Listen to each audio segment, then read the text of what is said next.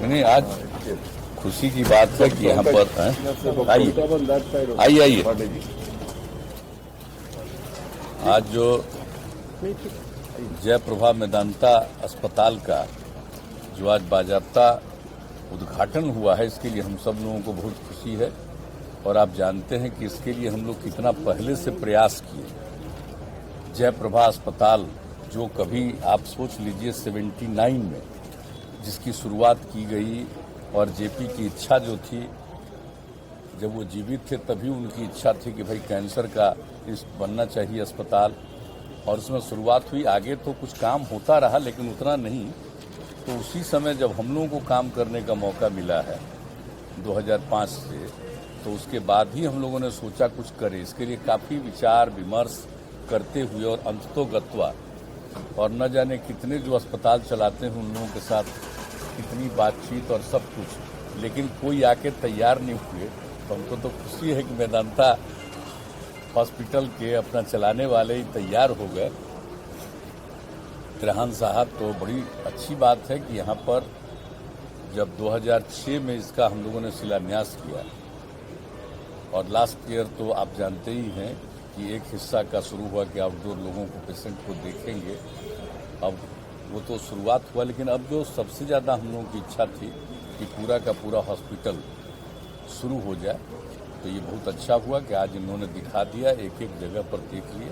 अब एक ही चीज़ हमने इनको कहा है, वो है कि भाई कैंसर का जल्दी से जल्दी वो भी काम शुरू करा दीजिए, क्योंकि श्रद्धेय जेपी की इच्छा जो थी वो यही था कि कैंसर का अस्पताल होना चाहिए। तो यहाँ पर बाकी सब चीज़ तो कर दिए हैं, कैंसर वाला ही प्रोसेस में इनका है।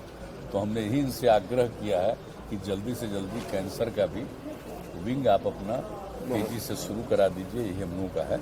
लेकिन जो कुछ भी हमने देखा है बहुत अच्छा है।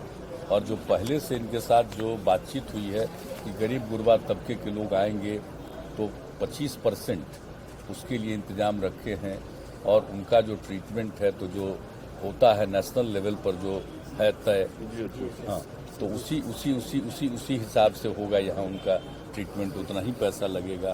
तो ये सारी बात है। और हमारे जितने सरकारी कर्मचारी हैं उन सब लोगों के ट्रीटमेंट के लिए भी यहाँ पर से पहले ही से एग्रीमेंट है कि उनका भी जो ट्रीटमेंट होगा वो नॉर्मल रेट, मतलब इनका जो अपना रेट है उस पर नहीं बल्कि कम रेट पर होगा। तो सारी बात है, और उस हिसाब से तो ये करेंगे ही।